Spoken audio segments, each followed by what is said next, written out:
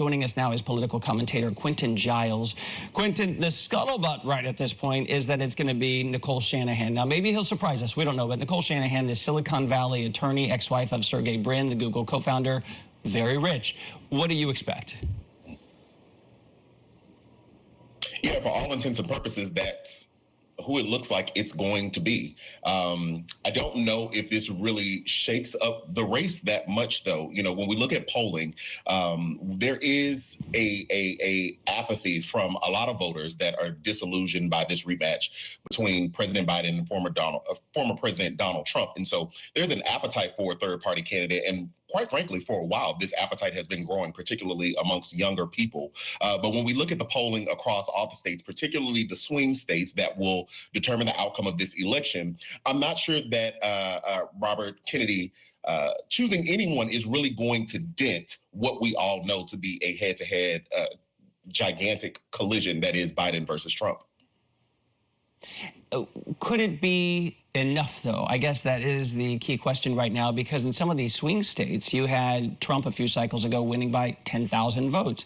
You mentioned young people being somewhat disenchanted. We particularly see young Black and Hispanic men also hewing more toward the right. Could they be enticed by an independent? What do you think?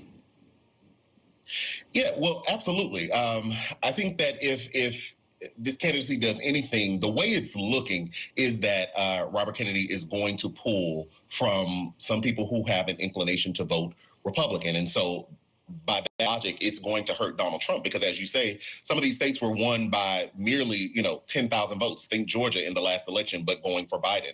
And so there is an appetite. Like I said before, there's an appetite for this type of candidate. There's an appetite to move away from the traditional mainstream parties.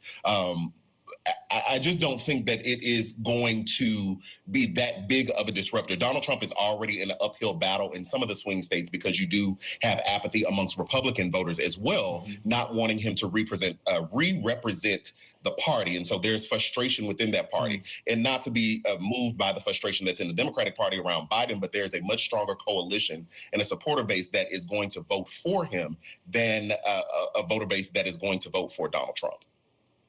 Interesting. Okay, and he has the DNC behind him, which we know in the past 2 weeks has launched this not only PR campaign, but legal campaign to hopefully keep third-party candidates off the ballot. So Democrats concerned enough to launch that effort to try to, shove out anybody who could be getting into this race. Now, while we await RFK and his new running mate to get on this stage here, let me ask you, why today? My understanding is to get on the ballot in a lot of states, you actually have to have a running mate? Yeah, so you absolutely do. You're correct there. Why today? I think I think there is a legitimate sense from Robert Kennedy that he truly wants to run for president, right? I don't think that, as some suggest, he's doing this for a grift or as a vanity project. I do believe when you listen to him that he actually thinks that he has a platform that can improve this country. And so he needs a VP. He needs the pick if he is going to be viable in the world in which, or the world that supports him to make a legitimate run for the presidency. All right, so in it, will he win it? We don't know, but today he's going to pick someone to run right alongside him. We are keeping our eyes and ears on that event. Political commentator Quentin Giles, thank you so much. Appreciate you being here. Thank you.